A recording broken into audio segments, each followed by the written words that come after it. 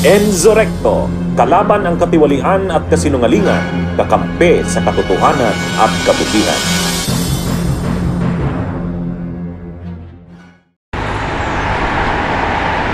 Mananatili sa ICC Detention Center sa The Hague, the Netherlands, si dating Pangulong Rodrigo Duterte. Yan ang utos ng pre-trial chamber matapos ibasura ang hiling ng dating Pangulo para sa interim release o pansamantalang paglaya.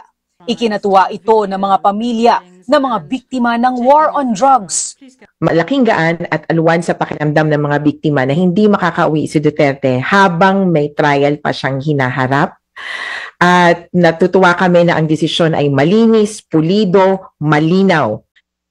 Sa 23 pahinang dokumento, inilatag ng pre-trial chamber ang basehan ng desisyon nito. Una, ang pagiging flight risk o potensyal na takasan ng dating Pangulo ang mga pagdinig base sa naging pahayag ng kanyang kampo na hindi kinikilala ang jurisdiksyon ng ICC. Kabilang dito ang paggiit na isang kidnapping umano ang pag-aresto sa kanya. Nakikita rin ng korte na posibleng hadlangan o takutin ang mga testigo. Base na rin sa mga ginawa niya dating pananakot sa mga testigo at mga kritiko. Mataas din umano ang tsansang gumawa pa ng mga krimen ang dating Pangulo batay sa mga naging pahayag niya noong huling kampanya. Wala rin umanong sapat na humanitarian grounds para sa pansamantalang paglaya dahil maayos ang ibinibigay sa kanyang medikal na pangangalaga sa loob ng detention center. Ayon sa pre-trial chamber, importanteng manatili si Duterte sa ICC detention center para masigurong dadalo siya sa mga pagdinig at magiging maayos at patas ang usad ng kaso. Wala pang pahayag si Vice President Sara Duterte, pero ayon kay Lead Defense Counsel Nicholas Kaufman, iaapilan niya ang desisyon. Tiniyak naman ng mga abogado ng mga biktima na mariin nila itong tututulan. Sunod na hinihintay ngayon ang desisyon ng korte sa hamon sa jurisdiksyon ng ICC ng depensa at hiling na indefinite adjournment of proceedings o pagpapatigil sa mga pagdinig gaya ng confirmation of charges hearing. Hindi pa tapos ito dahil ang panawagan, i-reiterate namin, ay mag-convene ang pre-trial chamber na ng confirmation of charges hearing.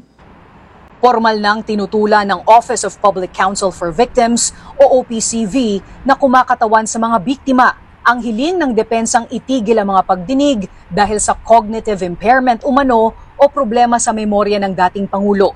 Sa isinumiting sagot ng OPCV, iginiit nitong dapat ibasura ang hiling ng depensa na suspindihin ang proseso laban kay Duterte dahil maituturing itong pagpatay sa kaso. Kaya hinimok nito ang pre-trial chamber na iwasang maantala ang mga pagdinig.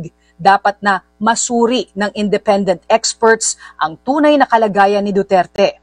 Isang shortlist ng 5 eksperto ang isinumite ng ICC registry sa pre-trial chamber. Nagkakaisa naman ang prosekusyon at OPCV na kailangan ang medical panel na binubuo ng isang forensic psychiatrist, isang neuropsychologist at isang behavioral neurologist para mabilis na masuri ang dating Pangulo.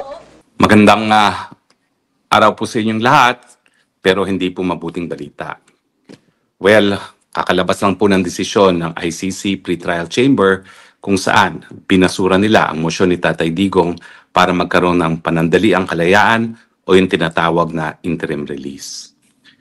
Bilang isang kasapi po ng ICC List Council, isang profesor ng international law sa UP, sa American University at National University of Singapore, at bilang dating presidente ng Asian Society of International Law, ang aking pananaw po, ang desisyon ay mali, hindi makaturungan, at hindi makatao.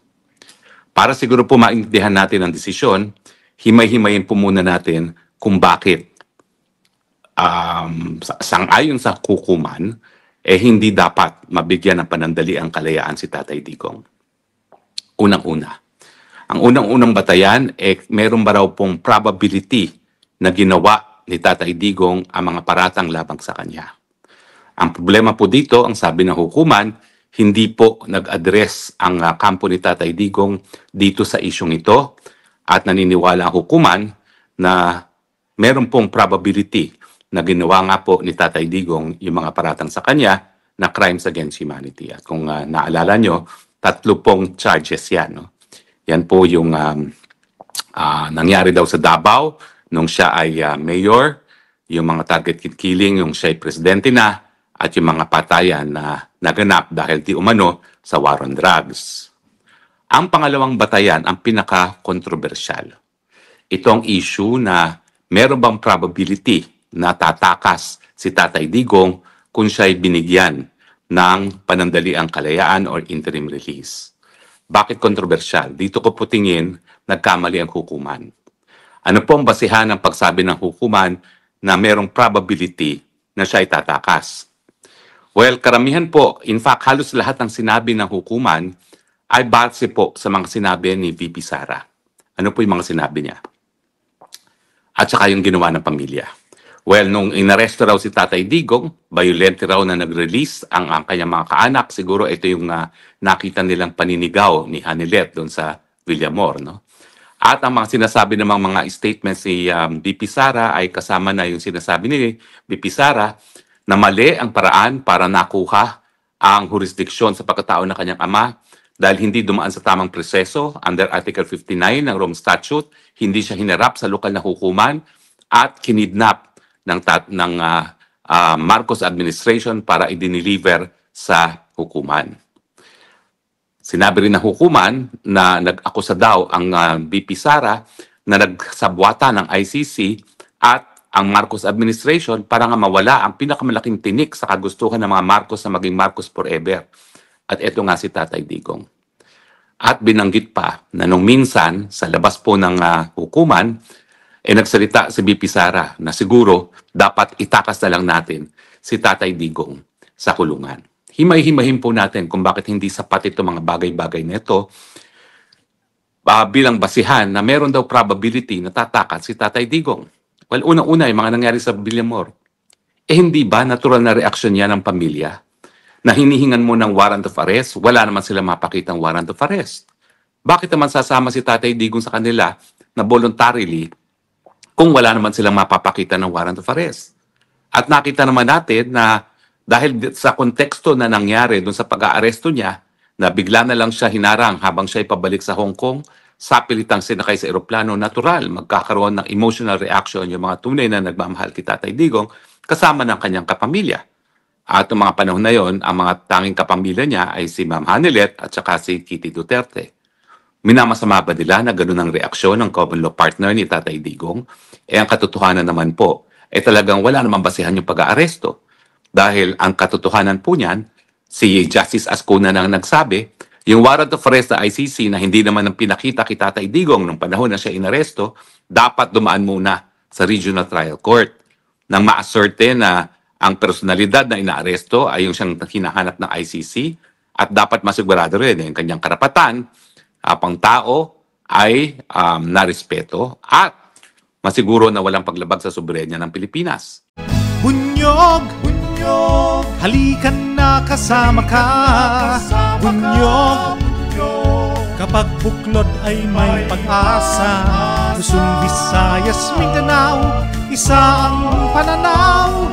Sa bagong Pilipinas ang bunyog isisigaw. Bunyog, bunyog, bunyog.